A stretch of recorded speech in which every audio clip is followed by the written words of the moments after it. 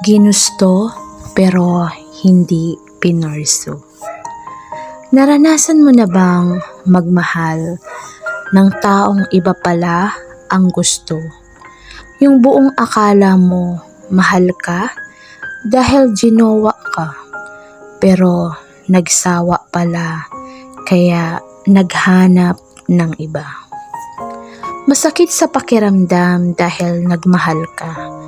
Nagbuhos ka ng time, lahat ginawa para sa kanya. Ganon talaga siguro na tayo ay matuto at kailangan nating tanggapin na may mga tao na di tayo ipuporso. Mahirap lang talagang tanggapin dahil siya yung lumapit sa'yo, unang nagpakita ng motibo at unang kumatok sa buhay mo.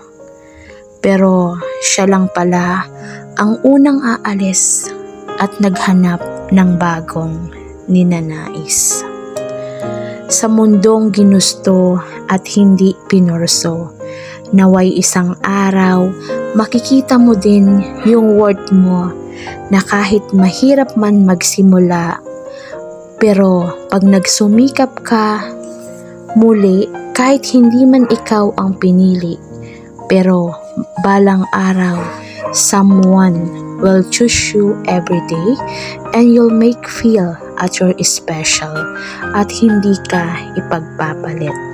Ginusto pero hindi pinorso.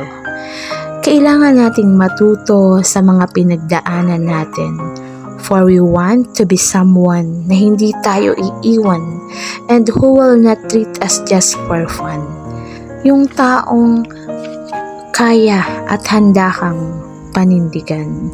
Sabi nga nila, the great relationship doesn't happen because of the love and the beginning, but how will you continue building love until the end?